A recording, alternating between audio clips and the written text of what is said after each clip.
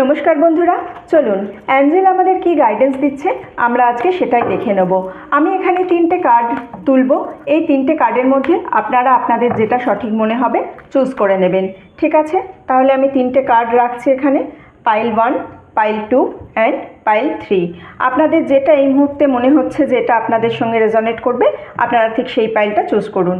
চলুন দেখে নিই তাহলে পাইল 1 আমাকে কি বলছে। পাইল 1 বলছে কমিউনিকেট ক্লিয়ারলি।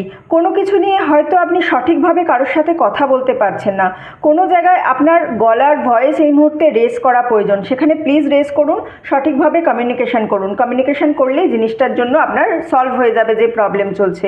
পাইল 2 কী বলছে? No need to worry. আপনি জীবনে কোনো কিছু নিয়ে খুবই চিন্তিত আছেন, খুব ওয়ারিড আছেন। চিন্তিত থাকার কারণ নেই, আপনার উপরে অ্যাঞ্জেলের আশীর্বাদ আছে, ঈশ্বরের আশীর্বাদ আছে, অবশ্যই সেখান থেকে আপনি সঠিক রাস্তা পাবেন। পাইল 3 এই মুহূর্তে বলছে নো।